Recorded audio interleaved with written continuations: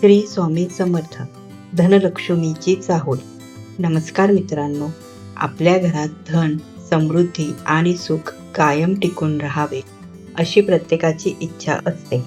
पण काही छोटे नियम आणि आध्यात्मिक सवयी पाळल्यास आई धनलक्ष्मीची कृपा आपल्या घरावर कायम राहते. आज आपण जाणून घेणार आहोत असे काही प्रभावी उपाय जे केल्याने घरात धनवृद्धी होते आणि पैशाची कमतरता दूर होते.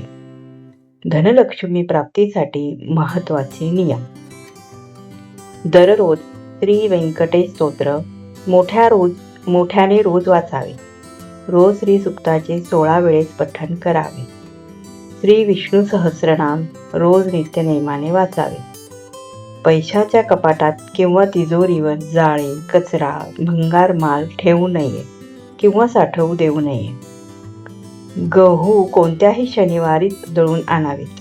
त्यात मूठभर काळे चणे म्हणजेच हरभरे मिसळावेत. पांढऱ्या रंगाच्या वस्तू दान कराव्यात. सकाळी नाश्ता करण्यापूर्वी घर झाडून घ्यावे.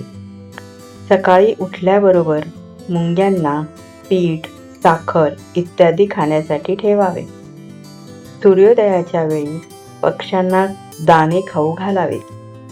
श्री लक्ष्मीच्या मंदिरात शुक्रवारी सुगंधित धूप आणि गुलाबाची अगरबत्ती दान करावे. व्यापाऱ्यांनी वापरावयाच्या पैशाचा पाऊच, पिशवी, पाकिट, बॅग यांचा रंग शक्यतो हिरवा असावा. घरात खांब अथवा बीम खाली पैशाचे पाकिट ठेवू नये. पैशासोबत कोर्ट कचेरीचे कागद कधीही ठेवू नये. घरात खूप स्वच्छता ठेवा. मळके, फाटके कपडे घालून घरात वावरू नका. शुक्रवारी मंदिरात सुगंधित धूप आणि गुलाब अगरबत्ती अर्पण करा. समस्या कितीही मोठी असो, योग्य उपासना जीवन बदलू शकते. श्रद्धा, विश्वास, उपासना समाधानाचा मार्ग. मित्रांनो, हे छोटे पण प्रभावी नियम पाळल्यास घरात धनलक्ष्मीचा स्थिर वास निर्माण होतो. जर तुम्हालाही आई लक्ष्मीची कृपा हवी असेल तर कमेंटमध्ये नक्की लिहा श्री स्वामी समर्थ.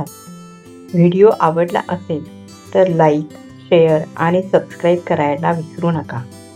श्री स्वामी समर्थ. श्री गुरुमावली.